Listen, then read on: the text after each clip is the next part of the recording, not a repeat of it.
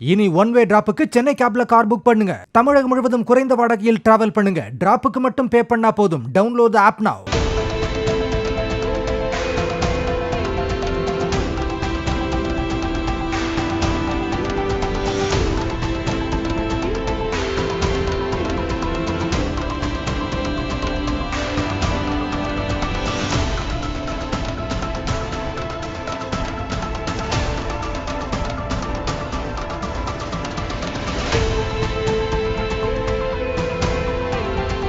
வரும் 2026ஆம் ஆண்டு சட்டமன்ற தேர்தலில் போட்டியிடும் வகையில் நடிகர் விஜய் தனது விஜய் மக்கள் இயக்கத்தை அரசியல் கட்சியாக மாற்ற இருப்பதாக தகவல் வெளியாகியுள்ளது.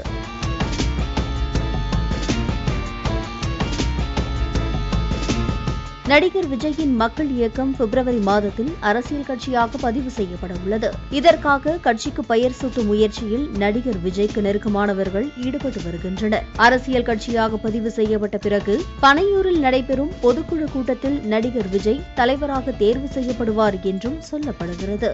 அப்போது பொருளாளர், செயலாளர்களும் தேர்வு செய்யப்பட உள்ளதாக தெரிகிறது. பொதுவாக தமிழகத்தில் பதிவு செய்யப்படும் அரசியல் கட்சிகள் காலம் காலமாக கழகம் என்ற பெயருடன் தான் முடிவடையும். அதே பாணியில்தான் விஜயின் மக்கள் இயக்கமும் மாறும் என்று அவருக்கு நெருக்கமானவர்கள் கூறுகின்றனர். இந்த பொதுத் தேர்தலில் முன்னோட்டம் பார்த்துவிட்டு 2026ஆம் ஆண்டு சட்டமன்ற தேர்தலில் தீவிரமாக போட்டியிட முடிவு செய்துள்ளதாகவும் தெரிகிறது. நடிகர் விஜய் அரசியலில் குதிக்கும் பட்சத்தில் தமிழகத்தின் 3வது இளம் அரசியல் கட்சி தலைவராக மாறுவார்.